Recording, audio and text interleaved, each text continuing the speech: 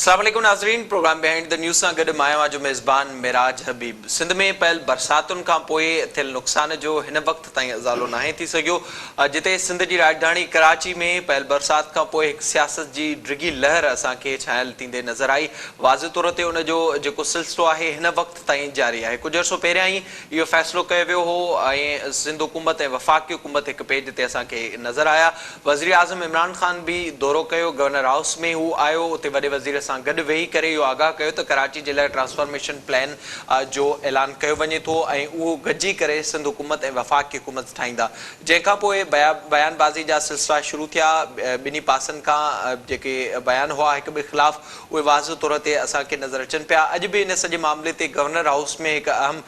मुलाक़ात थी, जंहिंमें सदर आरिफ अलवी पारां सदारत कई वई। पाकिस्तान तहरीक इंसाफ़ जे सीनियर अॻुवाणनि पारां बि शिरकत कई वई ऐं इहो ॿुधाए पियो वञे त हाणे वफ़ाक़ी हुकूमत चाहे थी त सिंध जी राजधानी जे हवाले सां को वाज़े फ़ैसिलो थिए। ॿिए पासे जे सूरत हाल खे ॾिठो वञे त मीरपुर ख़ासि डिवीज़न हिन बरसात खां पोइ सभ खां वधीक मुतासिर थियो। वॾे वज़ीर पारां बि आगाही ॾिनी वई ऐं उन खां पोइ हिन वक़्त ताईं लखे माण्हू उते दरबदर आहिनि ऐं अज़ाब वारी ज़िंदगी घारनि पिया। वॾे वज़ीर पारां इहो ॿुधायो वियो त लॻभॻि 23 लख माण्हू मुतासिर थिया आहिनि हिननि बरसातुनि सबबि ऐं लखे माण्हू बेघर पिण थिया आहिनि। उन सॼे सिलसिले खां पोइ पीपी चेयरमैन बिलावल भुट्टो ज़रदारी वॾे वज़ीर सां गॾिजी करे उन्हनि इलाइक़नि जो दौरो करण जो फ़ैसिलो कयो। बिलावल भुट्टो ज़रदारी जेतोणीकि 3 ॾींहंनि खां मौजूदु आहे मीरपुर ख़ासि डिवीज़न में, हुन पारां केतिरनि ई इलाइक़नि जा दौरा पिणु कया विया आहिनि। अॼु बि हू उमरकोट पहुतो, जिते वॾे तइदाद में माण्हुनि पारां हुनजो इस्तक़बाल बि कयो वञे थो त उते ई रिलीफ जे मामलनि में का बि तेज़ी नाहे अची सघे। हिन वक़्त ताईं बिलावल भुट्टो ज़रदारी जिते बि माण्हुनि सां ॻाल्हाए थो त उते वफ़ाक़ ते तनक़ीद कंदे नज़र अचे थो ऐं वफ़ाक़ खां बार बार मुतालबो करे थो त हू अची करे सिंध जे माण्हुनि जे लाइ का इमदाद जो ऐलान कनि। अॼु बि हुन पारां शाह महमूद कुरैशी जे हवाले सां बि चयो वियो त जॾहिं इलेक्शन जो वक़्तु अचे थो त उहो असांखे हिते नज़र ईंदो आहे, हाणे बि हुनखे हिते अचणु घुरिजे ऐं हितां जे माण्हुनि जी सार संभाल लहणु घुरिजे। ॿिए पासे वफ़ाक़ी हुकूमत जो बि इहो ई चवणु आहे हिन सॼे मामले ते त अरिड़हीं तरमीम जो राग ॻाईंदड़ पाकिस्तान पीपल्स पार्टी हमेशह जिते पंहिंजे सूबे जे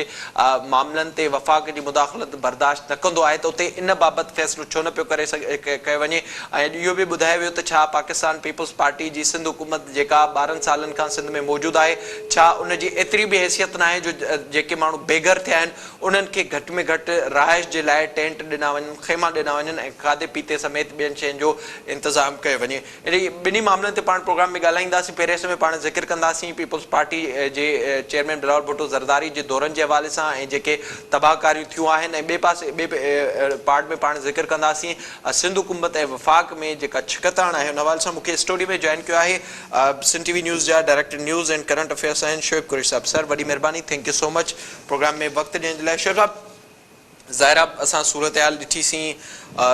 जेको थियो ख़ासि करे मीरपुर ख़ासि डिवीज़न में ॿुधाए पियो वञे अरबें रुपयनि जो नुक़सानु थियो आहे, माण्हू बेघर थिया आहिनि, लखे माण्हू बेघर थिया आहिनि। उनखां पोइ बि हिन वक़्त ताईं रिलीफ जे कमनि में का बि असांखे तेज़ी नज़र न पई अचे। सभ खां पहिरियां सिंध हुकूमत जंहिंजी ज़िमेदारी हुई, हालांकि इहो ॿुधायो वियो त बरसातूं मामूल खां वधीक हूंदियूं, हुन बावजूद बि के इंतज़ाम न कया विया। हिन वक़्तु बि जॾहिं पीपल्स पार्टी जो चेयरमैन उते मौजूदु आहे वॾे वज़ीर सां गॾु, सिंध काबीना मौजूदु आहे, को बि रिलीफ जे कम में का तेज़ी नज़र न पई अचे। अवां छा था ॾिसो हिनखे? वॾी महिरबानी विराज। ॾिसो, जेका सिचुएशन डेवलप थी वई आहे बरसाति खां पोइ, उन में जिन इदारनि जी जेका रिस्पॉन्सिबिलिटी या जिन सिंध गवर्नमेंट या वफ़ाक़ी गवर्नमेंट वफ़ाक़ी इदारनि जी जेका ज़िम्मेवारी उनजी आहे, उहा कोई बि पूरी न करे सघियो आहे, नंबर 1। नंबर 2 त इन सभिनी तबाहियुनि जे बावजूदि, सभिनी नुक़सान जे बावजूदि जेको आवाम खे जेको नुक़सानु पहुतो आहे, जेको फसलुनि खे जेको नुक़सानु पहुतो आहे, जेके घरनि खे आबादियुनि खे जेके नुक़सानु पहुता आहिनि, रोड रस्तनि खे, उन में जेका आवाम जी जेको तकलीफ़ुनि में इज़ाफ़ो थियो आहे, उन्हनि खे रिलीफ प्रोवाइड करण लाइ हिन महिल ताईं ॿिन्ही पासनि खां सियासत जो सिलसिलो जारी आहे। ऐं अमली तौर ते जेके शयूं थियणु खपंदियूं उहे थियनि कोन पियूं। जेको बिलावल भुट्टो ज़रदारी जो दौरो आहे, उनखे बि तव्हां कॾहिं इन पस मंज़र में ॾिसंदो त उहो इन हद ताईं त ठीकु आहे त भई कोई कोन पहुतो आहे, मतिलबु मथी सतह जी क़यादत मां हू पीपल्स पार्टी जो चेयरमैन पहुतो आहे, CM पहुतो आहे ऐं जेको आहे हिकु हद ताईं इहो रिलीफ वारो तव्हां पासो बि ॻणे सघो था। ॿिए हद ताईं तव्हां हिनखे ईंदड़ चूंड जी वर्क बि चई सघो था टे हंधि ताईं तव्हां हुनखे वरी जेको आहे नओं वोट बैंक ठाहिणु बि चई सघो था। इहे सभु शयूं आहिनि, माना हिक ई तीर सां ॿ टे शिकार करण जी कोशिशि कई आहे। पर जेतिरी तइदाद में जिते तइदाद में माण्हू बेघर थियल आहिनि, जिन खे टेंटनि में आबाद कयो वियो आहे, उहे अञा ताईं रिलीफ लाइ परेशान आहिनि, ॻाल्हियूं था कनि, उनखे रिलीफ न मिली सघियो आहे। उहो रिलीफ जेको आहे कंहिं हंधि ताईं जेको नज़र अचे पियो त जेके इन कुदरती आफ़तुनि खे मुंहुं ॾियण वारो इदारो आहे उहो बि नाकाम वियो आहे। ऐं जेका सिंध गवर्नमेंट जी जेके सप्लाई हुते वञे थी उहा बि कंहिं हदि ताईं तव्हां चई सघो था त उहा ख़ुदि जेका आहे उहा पंहिंजा नवाज़ी तरफ़ हली वई आहे। नतीजे में जेको आम माण्हू आहे उहो सफ़र करे पियो ऐं उन सफ़रिंग ते अञा ताईं ध्यानु नथो ॾिए, पर उन ते सियासत जारी आहे। अच्छा शोएब साहब, जे मजमूई तरह सां ॾिठो वञे जेका अॼु तहरीक इंसाफ़ जे कुझु अॻुवाणनि पारां ॻाल्हि कई वई आहे, असां ॾिसंदा आहियूं सूबे जे मामले में जॾहिं बि वफ़ाक़ जी मुदाख़लत थींदी आहे उन ते पाकिस्तान पीपल्स पार्टी सख़्तु रद्द अमल ॾींदी आहे। ज़ाहिरी तौर ते हाणे वफ़ाक़ खे बि अचणु घुरिजे, उनखे बि किरदारु अदा करण जी ज़रूरत आहे। पर छा इहो काफ़ी आहे त बसि जिते बिलावल भुट्टो ज़रदारी साहिबु बीहे थो वफ़ाक़ खां मुतालबा शुरू था थी वञनि? सिंध हुकूमत हिन वक़्त ताईं छा कयो आहे? हिकु पासे इहा सूरत हाल आहे, ॿिए पासे जे तव्हां ॾिसो मजमूई तरह सां त जेके घारा लॻा आहिनि उन्हनि जे लाइ अॻुवाट अघु कथियूं थियल आहिनि, हर साल उहे लॻनि था, उते अरबे रुपया ख़र्च थियनि था। त इन में वाज़िह तौर ते सिंध हुकूमत जी बि त ज़िमेदारी आहे या वफ़ाक़ ते हर शइ हणणी आहे? ॿ शयूं आहिनि। नंबर वन त जंहिं सतह जी जेका आहे ही तबाही थी आहे, जंहिं सतह जो जेको कुदरती आफ़त आई आहे, जंहिं सतह जा बरसातूं थियूं आहिनि, इन सतह जी बरसातूं वेझण में कोन पियूं। नतीजे में इहा सॼी असांखे कराची खां वठी माना पंहिंजो बदीन ठटो पंहिंजो बदीन मीरपुखास उमरकोट में असांखे तबाही नज़र आहे। हिकिड़ो त इहो पासो आहे त भई जंहिं सतह जी जेका पंहिंजो आई आहे बरसातूं थियूं उन सतह ते जेका अप्रोच आहे उहा कोन्हे सही, न उन खां अॻु में न उन खां पोइ। ऐं वफ़ाक़ी गवर्नमेंट जी जो हाल इहो आहे त उन ते संजीदगी नज़र नथी अचे। संजीदगी उहा रिलीफ वारे सूरत में, संजीदगी सपोर्ट वारे सूरत में, या खणी सम्झो त सखणी हमदर्द बि नज़र नथी अचे। जेका कुझु आहे बयान ते त वज़ीर आज़म जेकॾहिं कराची ट्रांसफॉर्मेशन प्लान जो ऐलान कयो अची आयो, उनजो सॼो दौरो गवर्नर हाउस ताईं महदूद हो। एसि ताईं जो पंहिंजो जेको उनजो तक आहे उस ताईं बि कोन वियो। माना कराची में PTI खे वधि में वधि सीटियूं मिलियूं, वज़ीर आज़म साहिबु आयो, जेकॾहिं सम्झिजे हा त वाक़ई कराची जो दर्द महसूसु करे आयो आहे, कराची जे माण्हुनि जो ॾुख उनखे ज़हन में आया, उनखे उन ते ज़ख़्मनि ते पार रखणु आयो आहे, त उहो को दौरो त करे हा, त उहा उनखे संजीदगी न आहे। इहो सिर्फ़ु जेको आहे बयान जे हद ताईं आहे। उहो ट्रांसफॉर्मेशन प्लान जेको आहे उन में बि वरी जेका ट्रिग्नामेट्री ज़ाहिरी तौर ते उहो असां 2 सालनि खां ॾिसूं था वफ़ाक़ जो रवैयो या ॿी शइ। सिंध हुकूमत ॿुधायो उहो संजीदगी नज़र न आई। हिकिड़ो त उहो पासो हुयो। ॿियो पासो तव्हां चओ था, जेका तव्हां चओ था ही जेका तबाही आई आहे इहा LBOD जी ग़लति डिज़ाइनिंग जो नतीजो आहे। ऐं जॾहिं बि जेका आहे गैर मामूली क़िस्म जी सिचुएशन अचे थी, बरसातूं थियनि थियूं, 2011 में बि ईअं थियो, उन महिल बि गैर मामूली बरसातूं थियूं हुयूं ऐं वरी हिन दफ़े बि थियूं। तॾहिं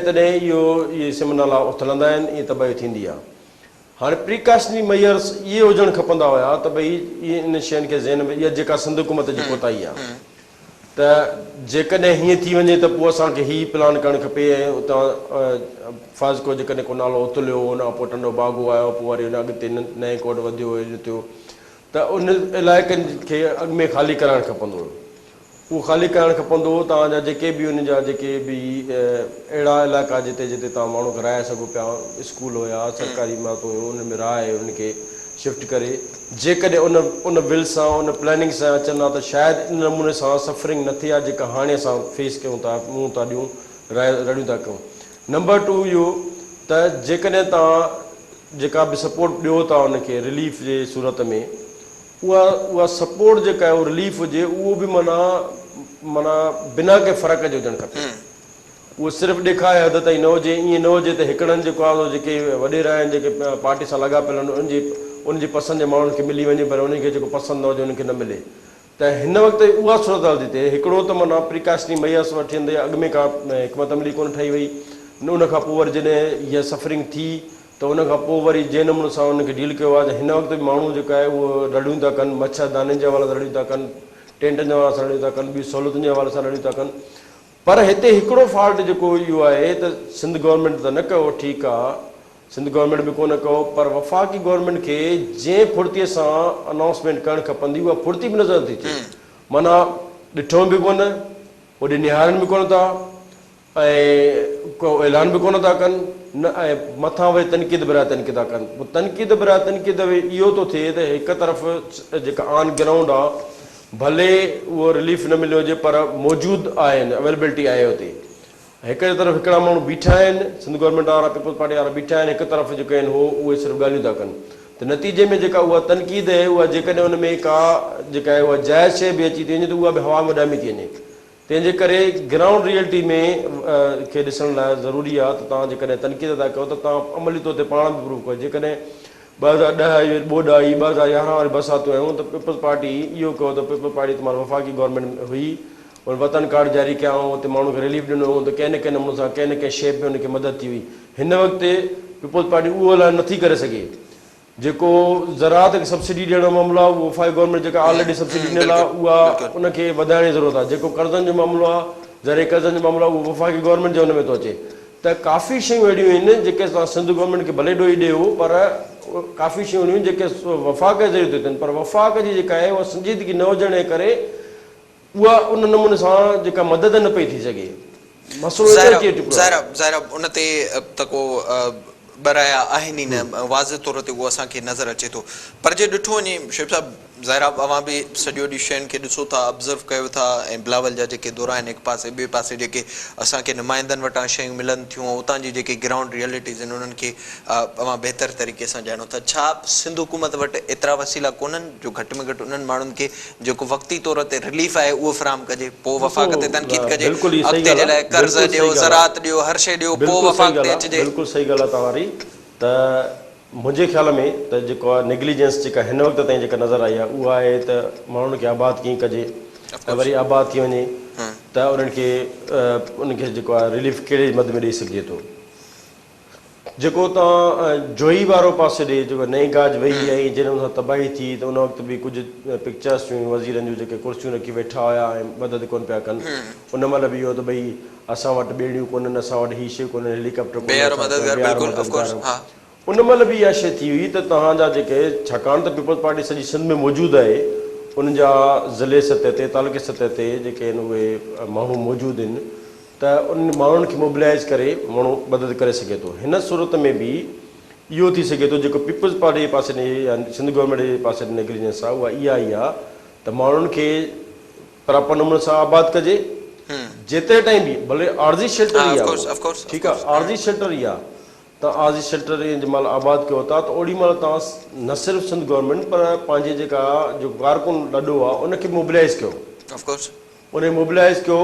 पंहिंजा जेके पार्टी जा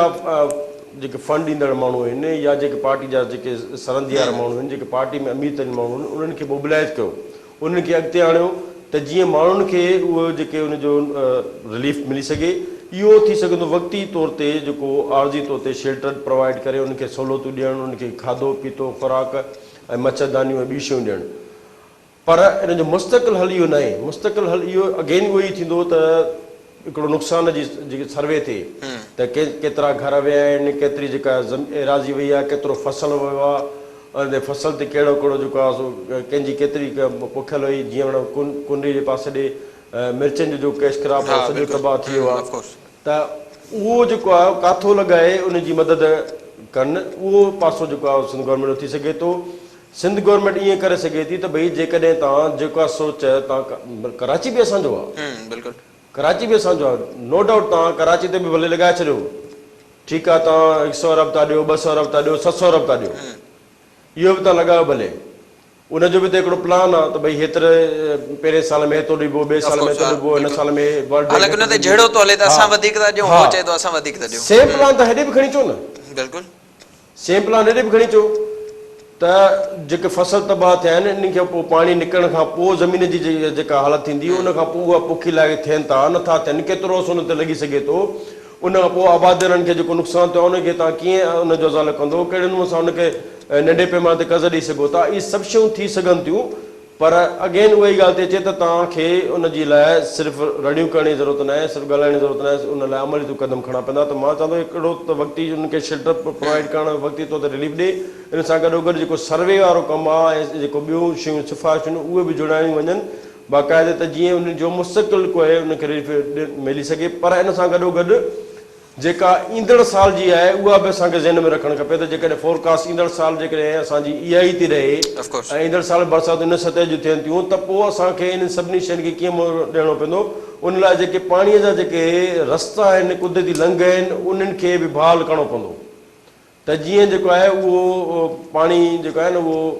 जेको हाणे चऊं था त लंघ छो त बंदि थी विया आहिनि, उते आबादियूं थी वियूं आहिनि, त पोइ जेका आहे उहो पाणी पंहिंजे रस्ते सां वठे थो त उहे सभु शयूं तबाहियूं ज़हन में अचनि थियूं, नज़र अचनि थियूं। तंहिंजे करे सिंध हुकूमत छाकाणि त हिते गुज़िरियल 12-13 सालनि खां इक़्तिदार में वेठी आहे, त सिंध हुकूमत ते वधीक जीअं तव्हां ॻाल्हि कई त उनखे उन खां वधीक ज़िमेवारियूं थियनि। ऐं जेकॾहिं चए थी त सिंध जी उनखे वधीक ख़बर बि आहे, उनजो नेटवर्क बि आहे, उनजो सरकारी मुलाज़िम बि वेठा आहिनि, उनजा जेके जियाला बि वेठा आहिनि, सभु वेठा आहिनि। त इनखे हाणे इन नमूने सां न ॾिसणु खपे त जेको आहे वफ़ाक़ मदद कई त न असां बि न अचूं। बिल्कुलु हुनखे जेके बि वसीला आहिनि, उनखे जेके वसीला आहिनि, सरकारी वसीला बि इस्तेमालु करे, ज़ाती वसीला बि इस्तेमालु करे, जेके पार्टी जा जेके अॻुवान आहिनि उन्हनि खे बि अॻिते अचणु खपे त जीअं माण्हुनि खे रिलीफ मिली सघे। ज़ाहिर आहे जेका हिन वक़्तु असांखे सूरत हाल नज़र अचे थी ऐं बिलावल भुट्टो ज़रदारी दौरे ते निकितल आहे, हुन पारां जेके शयूं ॿुधायूं पियूं वञनि या हर तक़रीर में बिलावल भुट्टो ज़रदारी वफ़ाक़ ते तनक़ीद कंदे नज़र अचे थो। ज़ाहिरी तौर ते हिन सॼी सूरत हाल में वफ़ाक़ खे बि पंहिंजो किरदारु अदा करण जी ज़रूरत आहे, त उते ई सिंध हुकूमत जी बि इहा ज़िमेदारी थिए थी त हिन सॼे मामले ते शुरूआती तौर ते माण्हुनि खे घटि में घटि रिलीफ प्रोवाइड कयो वञे ऐं अॻिते जे लाइ जीअं शेख साहब ॿुधायो त जेका सूरत हाल वञी बीहंदी अॻिते ईंदड़ साल जी जेका सूरत हाल हूंदी उन लाइ बि तयारु थियणु घुरिजे। इन खां अलावा पाण प्रोग्राम में ॻाल्हाईंदासीं कराची ट्रांसफॉर्मेशन प्लान जे हवाले सां। वक़्तु ब्रेक जो असां सां गॾु रहिजो।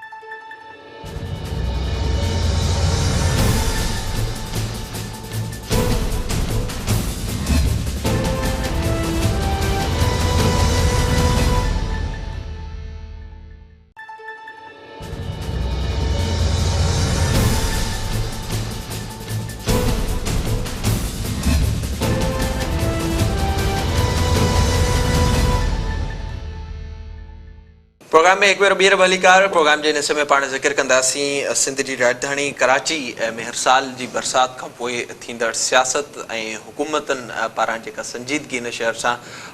न पई ॾेखारी वञे। हिन वक़्तु ताईं सियासत जो जेको सिलसिलो आहे उहो वाज़ तौर ते जारी आहे। जॾहिं हिन साल जी बरसाति पई त उनखां पोइ जीअं हालात मामूल ते आया त वज़ीर आज़म इमरान ख़ान खे बि हिन शहर जो ख़्यालु आयो ऐं हुन पारां NDMA खे मोकिलियो वियो। पोइ NDMA सुप्रीम कोर्ट जे हुकुमनि तहत सिंध हुकूमत ऐं शहरी हुकूमत खे इहो चयो त हू बि NDMA जी मदद कंदा। NDMA खे जे हवाले 3 नाला कया विया, जंहिंखां पोइ वरी बरसातियूं थियूं त वरी शहर जी सूरत हाल इंतिहाई ख़राबु थींदी असांखे नज़र आई। उनखां पोइ इहो फ़ैसिलो कयो वियो ऐं इस्टेब्लिशमेंट बि इन में अहम किरदारु अदा कयो ऐं सुप्रीम कोर्ट जे रिमार्क्स बि साम्हूं आहे। जंहिंखां पोइ सिंध हुकूमत ऐं वफ़ाक़ी हुकूमत हिकु पेज ते आयूं, कुझु अहम मुलाक़ातूं बि थियूं ऐं कोऑर्डिनेशन कमेटी इन्हनि विच में ठही। कुझु ॾींहं पहिरियों वज़ीर आज़म इमरान ख़ान गवर्नर हाउस पहुतो ऐं वॾे वज़ीर सां गॾिजी वेही करे हिकु प्लान ॾिनो ऐं इहो ॿुधायो वियो त 1113 अरब रुपयनि जो ही प्लान आहे, जंहिंमें कराची जा मुख़्तलिफ़ मनसूबा शामिल हुआ ऐं 6 शयुनि ते कमु ॿिन्ही हुकूमतुनि खे करिणो हो। जंहिंखां पोइ अचानक सां ई हिकु बयानबाज़ी जो सिलसिलो जारी रहियो, जेको हिन वक़्तु ताईं जारी आहे। पर जेका सूरत हाल हिन वक़्तु ग्राउंड जी ते मौजूदु आहे ऐं जेके असुलु मामला आहिनि उन ते पाण प्रोग्राम में ॻाल्हाईंदासीं। शेख साहब असां सां गॾु मौजूदु आहिनि। सर ॿुधाइजो, पहिरियां कोऑर्डिनेशन कमेटी ठही जंहिं ते एतिराज़ बि साम्हूं आया ऐं मुख़्तलिफ़ शयूं बि साम्हूं आयूं त सूबाई ख़ुदि मुख़्तियारी ते पाण ई कंप्रोमाइज़ कयो आहे पाकिस्तान पीपल्स पार्टी। फाइनली ॿई हुकूमतूं गॾु वेठियूं ऐं इहो लॻो पए त शायदि को हाणे विल सां कमु अॻिते वधंदो, पर हिकु भेरो ॿीहर बयानबाज़ियुनि जा सिलसिला जारी आहिनि। मां कीअं पए ॾिसो ख़ासि करे सिंध जी राजधानी जी सूरत हाल खे? माफ़ कजो, ॾिसो मूंखे त नियत ई कोन थी लॻे, नियत ई साफ़ नथी लॻे त कराची जे मसइलनि जे हल जे हवाले सां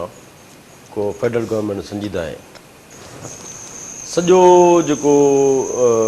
मामिलो आहे घुमाए फिराए उहे PTI हुजे या पंहिंजो लिसाने ते हथी ॾींदड़ पार्टियूं हुजनि या उनखे हथी ॾींदड़ उन्हनि जा जेके नुमाइंदा आहिनि, जेके सहाफ़ी आहिनि, उहे सॼियूं घुमाए फिराए ॻाल्हि अची हिन ते बीहारनि था त जेकॾहिं सिंध हुकूमत अरिड़हीं तरमीम तहत हक़ घुरे थी पंहिंजे सूबे जो त पोइ उहे अख़्तियारनि जी मुंतक़िली छो नथी करे। त उन लाइ ॾिसो मिराज अरिड़हीं तरमीम में को ईअं कोन मिली आहे, हिकिड़ो वॾो पीरियड हो, हिकिड़ो जेको जेके बि डेमोक्रेटिक फोर्सिस आहिनि उहे हिन सूबाई ख़ुदि मुख़्तारी लाइ जदोजहद कंदियूं रहियूं आहिनि ऐं जॾहिं पीपल्स पार्टी खे मौक़ो मिलियो त सभिनी खे ऑन बोर्ड वठी सभिनी पार्टियुनि खे उन में नुमाइंदगी ॾेई उन जी तजवीज़ुनि सां इहा अरिड़हीं तरमीम आंदी। जॾहिं खां अरिड़हीं तरमीम आई आहे तॾहिं खां इहो मथे जो सूर बणिजी वियो आहे त हीअ शइ न सही आहे, हीअ शइ सही न आहे, हीअ शइ सही न आहे ऐं अञा ताईं त अरिड़हीं तरमीम ते उन जे रूह मूजिबि अमल ई न थियो आहे।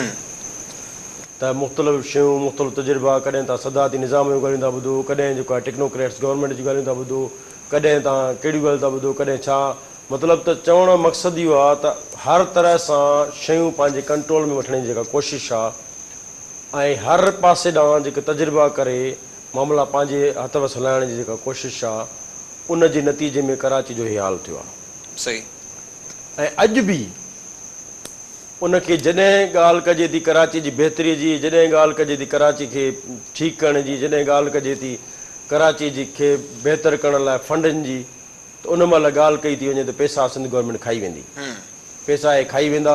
ऐं सिंध ॾांहुं पंहिंजो कराची ॾांहुं संजीदा न आहिनि। कराची खे हीअं त करे छॾियो अथऊं 12 साल तव्हांखे छा मिलियो त छा कयो तव्हां, मतिलबु मुख़्तलिफ़ ॻाल्हियूं थियूं थियनि। त जेकॾहिं तव्हां वटि संजीदगी आहे ई न त तव्हां कराची कमेटी ठाहियो, ट्रांसफॉर्मेशन प्लान ॾियो या जेको कुझु बि ॾियो उहो फेल ई थींदो। इन खां अॻु में K4 मनसूबे सां छा थियो आहे, कराची सर्कुलर रेलवे प्रोजेक्ट सां छा थियो आहे, ग्रीन लाइन मनसूबे सां छा थियो आहे, इहे सभु शयूं मौजूदु आहिनि न। ग्राउंड ते त कुझु ई कोन्हे, ग्राउंड ते कुझु ई कोन्हे, कागज़नि में सभु कुझु आहे। त जॾहिं जॾहिं बि ॻाल्हियूं थियूं थियनि त भई इहो राग जेको ॻायो थो वञे, मां पहिरीं ॻाल्हि त इन सां सहमत न आहियां। सही। त इहो इन नमूने सां कराची जो मसइलो न थींदो। तव्हां चओ त भई वेठी आहे सिंध गवर्नमेंट, तव्हां गॾु कमेटी खे फॉर्म करे चवंदो त जेको आहे उहो उनजो कमांडर फलाणो आहे ऐं हीअ जेका आहे असां ट्रांसफॉर्मेशन प्लान था ॾियूं, इन जी जेका आहे उहो माना वॾे वज़ीर जी निगरानी में कमु कंदो हुयो, उहो हुन जी कमांड कंदो। पर जंहिं महिल पैसनि ॾियण जी ॻाल्हि अचे त ओॾी महिल तव्हां चओ त न असां हिनखे न ॾींदासीं। जेकॾहिं तव्हां अदा पैसा न ॾींदव उन्हनि खे त भला पोइ उहो कमु पंहिंजे तौर ते कीअं कंदो? सही। उहो त न करे सघंदो, डिलीवर न थी सघंदो। नतीजे में वरी तव्हां छा चवंदो त भई असां त उन्हनि खे चयोसीं पर उन्हनि जी नियत ई कोन हुई जंहिंजे करे कुझु न थी सघियो। वरी अगेन हुन में तव्हां कराची कमेटी ठाही या ट्रांसफॉर्मेशन प्लान ॾिनो, पर उन में फ़ौज जो बि उन में शामिलु कयो वई आहे, मदद हेल्प या जेको आहे जेको कुझु बि तव्हां हुनजो नालो ॾियो त सभु जॾहिं तव्हां हुनखे माना इहो बि चओ था त हे बि ज़रूरी आहे, हे बि ज़रूरी आहे, हे बि ज़रूरी आहे, जॾहिं डिलीवरी जो वारो थो अचे ऐं जंहिं महिल पुछाइणो थो वारो थो अचे त उन पुछण महिल तव्हां हिकिड़ी दुरखां था पुछाणो कयो। ठीकु आहे, जेकॾहिं क्रेडिट खणण जो ॻाल्हि थी अचे त ओॾी महिल तव्हां चवंदा असां 1100 अरब ॾिनासीं। 1100 अरब तव्हांजा केतिरा आहिनि, सिंध गवर्नमेंट जा केतिरा आहिनि, चीन केतिरो थो ॾे, वर्ल्ड बैंक केतिरो थी ॾे, इन खां अलावा एशिया तरक़ाती बैंक केतिरो थी ॾे ऐं पब्लिक प्राइवेट पार्टनरशिप उन में शामिल आहे। इहे 1100 अरब ईअं कोन्हनि न, ज़ाहिर आहे उन्हनि खे सॼो जेको आहे सो 3 खां 5 सालनि जो प्लान आहे सॼो। बिल्कुलु। हाणे 3 खां 5 सालनि जो प्लान तव्हां हिकिड़ो ॾियो था, उन जी पहिरीं सिर जेका तव्हांखे रखणी आहे उहा ई तव्हां बदनीयत ते ॿधल हूंदी त उहो प्लान त कामयाबु न थी सघंदो। अच्छा शिव साहब, हिन में तंहिंजे करे कराची जो जेको मसइलो आहे, कराची में जंहिं महिल बि ॻाल्हि कई थी वञे त ओॾी महिल चवंदो त पावर जेको आहे उहो छाकाणि त हिकु अथॉरिटी खे न आहे, माना लोकल गवर्नमेंट खे एम्पावर न कयो वियो आहे, तंहिंजे करे इहो सॼो थियो आहे। पर मां इन सां सहमत न आहियां। जेकॾहिं ईअं हुजे हा त भला ठीकु आहे, तव्हांखे हाला न हुयो न पावर, भला KMC खे जेके अख़्तियार जंहिं शइ जा उन्हनि उतनि ते केतिरो डिलीवर कयो आहे। एग्ज़ैक्टली, मां हिते ई अचां पियो। हिन शहर में ज़ाहिरा जॾहिं विल हुई ऐं कोशिशि थी पए त केतिरी दहशतगर्दी हुई ख़तमु थी न, ऐं वाज़ तौर ते उहा थी बि, खणी पोइ हुनजो क्रेडिट नवाज़ शरीफ़ खे ॾियो, पाक फ़ौज खे ॾियो, चौधरी निसार खे ॾियो, पीपल्स पार्टी खे ॾियो, कंहिंखे बि ॾियो। पर जे हिन वक़्त जी सूरत हाल खे ॾिठो वञे, पहिरियां त ज़ाहिरा शहरी हुकूमत ते असां तनक़ीद कंदा हुआसीं ऐं बार बार असांजे साम्हूं इहे शयूं ईंदियूं हुयूं त इख़्तियारात न आहिनि, वसीम अकरम रोई इन तहत ई मोकिलायो पए। पर हिन वक़्तु उहे पावर्स बि सिंध हुकूमत दा सिधा सवाल मौजूद है बिल्कुलु छड़ियो वफ़ाक़ खे भला ही जेको अरसो आहे ही जेको वक़्तु आहे तव्हां हूअं ई कराची ट्रांसफॉर्मेशन प्लान में इहो चयो त सफ़ाई हो कंदा मुतबादिल हे फ़राहम कंदा त उहो घटि में घटि सिंध हुकूमत कराए ॾेखारे इहा छा हुन जी ज़िमेदारी न आहे बिल्कुलु ज़िमेवारी आहे पर ॾिसो महराज जेको तव्हां सॼो जेको माना गंद जंहिंजे करे हीअ शइ थी आहे उनजी अकेले ज़िमेवार सिंध गवर्नमेंट न आहे बिल्कुलु न आहे नो डाउट ठीकु आहे हाणे जॾहिं तव्हां हिन वक़्तु जंहिं हिन टेन्योर जी ॻाल्हि था कयो इनखे मुंहिंजे ख़्याल में आहे मुश्किल सां 10 ॾींहं थिया ऑफ आहिनि कोर्स ठीकु आहे ऐं पंहिंजो एडमिनिस्ट्रेटर खे 4 खां 5 ॾींहं थिया आहिनि मां नथो सम्झां त कोई का बि दुनिया जी का अहिड़ी फोर्स हुजे जेका एतिरे अरसे में का डिलीवरी करे वञे अगेन जेको आहे उहा ई आहे त जंहिं महिल चवां थो न जंहिं महिल तव्हांखे क्रेडिट खणणो आहे ओॾी महिल त तव्हां मल्टीपल जेको आहे उहा ॻाल्हायो था शयूं त हे बि हुन में शामिलु हो हे बि शामिलु हो हे बि शामिलु हो ऐं जंहिं महिल नाकामी ॻाल्हाइणी आहे त तव्हां अकेले हिकिड़े खे बीहारे था छॾियो ईअं न हलंदो कमु ज़ाहिर आहे जेकॾहिं कराची शहर जी ॻाल्हि आहे त सिंध हुकूमत बि बिल्कुलु पंहिंजे हिसे जो हुनखे कमु करणु खपे उनखे इहो बि कमु करणु खपे त उहो जेको कुझु बि करे उहो बिना कंहिं फ़र्क़ जे करे लियारी खे बि ॾिसे त मलीर खे बि ॾिसे जेकॾहिं साउथ खे ॾिसे थी त वेस्ट खे बि ॾिसे ईस्ट खे बि ॾिसे सेंट्रल खे बि ॾिसे त माना उहो सभु उनजी उन में जुरिसडिक्शन में शामिलु थी वञे त हाणे जेकॾहिं इहा डिलीवरी जी जंहिं डिलीवरी तव्हां ॻाल्हि कयो था इहो तमामु जेको आहे इहा कंहिं काग़ज़ी कारवाई या लिखण जी या ॻाल्हाइण जी हद ताईं न आहे इन लाइ इंतिहाई तमामु जेको आहे सो संजीदगीअ सां क़दम खणणा पवंदा जॾहिं संजीदगीअ सां क़दम खणण जूं शयूं शुरू थियूं आहिनि त कल्ह खां वठी 3 ॾींहं खां वठी तव्हांखे कॾहिं एम क्यू वारो कंहिं बयानु नज़र ॾींदे नज़र ईंदो कॾहिं तव्हांखे कहिड़ी शइ नज़र ईंदी कॾहिं तव्हांखे कहिड़ी शइ ईंदी नज़र त उनखे उनजी हौसला शिकनी करण लाइ जेके वफ़ाक़ी इदारा आहिनि जेका हिन में शामिलु बि आहिनि हिन कमनि में NDMA आहे पाक फ़ौज आहे उन्हनि खे अॻिते अचणु खपे सिंध हुकूमत जे इन्हनि क़दमनि जी पुठिभराई करणु खपे त जेके उहे अंसर जेके नथा चाहिनि त कराची खे उन नमूने सां ओज मिले कराची तरक़ी करे कराची जो उहो पुराणियूं रौनकूं बहाल थियनि कराची जा रोड रस्ता साफ़ हुजनि कराची जूं घिटियूं साफ़ हुजनि कराची खे साफ़ पाणी मिले कराची जे माण्हुनि खे जेका ट्रांसपोर्ट खसी वई हुई जेके ट्रांसपोर्ट जी सहूलियत हुई जेका जंहिं हिसाब सां कराची शहर मशहूरु हूंदो उहा कराची शहर खे ट्रांसपोर्ट जी सहूलियत मिले त उन लाइ तमामु तमामु तमामु घणी महिनत करणी पवंदी ऐं हर पासे ॾांहुं संजीदगीअ सचाई जो मुज़ाहिरो करणो पवंदो सर जे मजबूरी तरह सां ॾिठो वञे जीअं मां ज़िक्र कयो पए शुरूआती तौर जेका कराची जे हवाले सां कोऑर्डिनेशन कमेटी थी ऐं अचानक सां जेके वॾे वज़ीर जा दौरा थिया कुझु अहम मुलाक़ातूं थियूं ऐं उनखां पोइ इन बाबति शेख रशीद बि वाज़े तौर ते चई चुको आहे त फ़ौज सिंध हुकूमत ऐं वफ़ाक़ी हुकूमत खे हिकु ॿिए ॼाणण में पंहिंजो किरदारु अदा कयो आहे ख़ासि करे कराची जे हवाले सां हिन वक़्तु जे ॾिठो वञे हिकु पासे काला असद उमर जो बयानु बि वाज़े तौर ते इहो सम्झ में अचे थो त ठीकु आहे तव्हां सभु पैसा ॾिना तव्हां हाणे शुरूआति कयो त छा इन मां बि अंदाज़ो असां इहो लॻायूं त संजीदगी अञा ताईं न आहे भले पोइ MQM खणी कहिड़ा बि बयान ॾे पर असद उमर जो इहो चवण त सभु पैसा जी मां बि ॻाल्हि कई त हिन वक़्तु ताईं त इहे सॼी जेको आहे उहो माना पहिरीं ॻाल्हि त क्रेडिट खणण जी आहे न तव्हां 1100 अनाउंस कयो तव्हांजो कमु हो त तव्हां ॿुधायो आहे त 1100 असां अनाउंस कयूं था 1100 में हेतिरा हुन में सिंध गवर्नमेंट जा हूंदा हेतिरा त माना पहिरें ॾींहं खां इहो जेको शक शुबो आहे पैदा ई न थिया चवां थो न शक शुबे जी जेका आहे उहा सिर त साईं जन पाण रखी न तव्हां वज़ीर आज़म जो वज़ीर आज़म आहे तव्हां वेठा आहियो हिकिड़े पासे तव्हां गवर्नर खे विहारो ॿिए पासे तव्हां CM खे विहारियो आहे त तव्हांखे जेको प्लान तव्हां खणी आया आहियो उन जी बिल्कुलु पिक्चर क्लियर करणु खपंदी हुते उहो मुंहिंजा जेका अञा ताईं न आहे वरी साईं जंहिं महिल थी वई त ज़ाहिरी ॻाल्हि आहे उहो बि पॉलिटिकल पार्टी आहे उहो बि पॉलिटिकल पार्टी आहे हुनजो बि वोट बैंक आहे हुनजो वोट बैंक आहे हुनखे बि जेको आहे उहो अवाम ॾांहुं जवाबु ॾियणो आहे हुनखे बि अवाम लाइ जवाबु ॾियणो आहे त हर हिकिड़ी जेका आहे क्रेडिट खणण जी जेका आहे उहा रेस शुरू थी वई गोई शुरू थी वई उन में ज़ाहिरी ॻाल्हि आहे प्रेस कॉन्फ्रेंस मथां जवाबी प्रेस कॉन्फ्रेंस वरी मथां जवाबी इल्ज़ाम त इहे सभु शयूं थियूं हिन वक़्तु जेका असद उमर कल्ह ॻाल्हि कई आहे उहा बि बिल्कुलु कम जी आहे उनखे इहे शयूं हथियूं ॾियनि थियूं जेका तव्हां ॻाल्हि कई आहे शेख रशीद वारी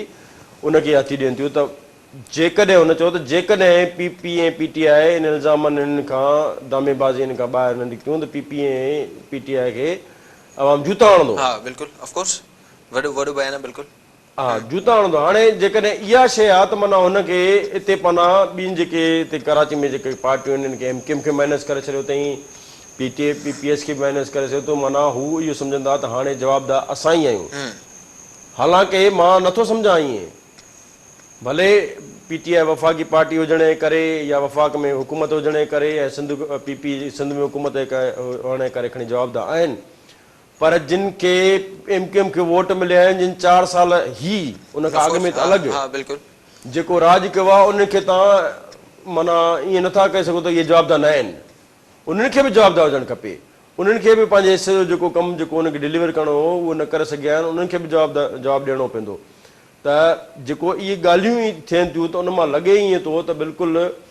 हिकु पेज ते आहिनि, पर अञा मिसट्रस्ट ॿिन्ही पासनि ॾे आहे ऐं मिसट्रस्ट जेको आहे उहो कीअं ख़तमु थींदो उन लाइ अगेन वरी उहे जेको इनिशिएटिव वठणा पवंदा। जीअं माना कल्ह असद उमर हिकिड़ो लेटर बि लिखियो आहे CM खे, उनखे चओ त असां गॾिजी कमु करणु था चाहियूं कराची जी बहितरी लाइ, कराची लाइ।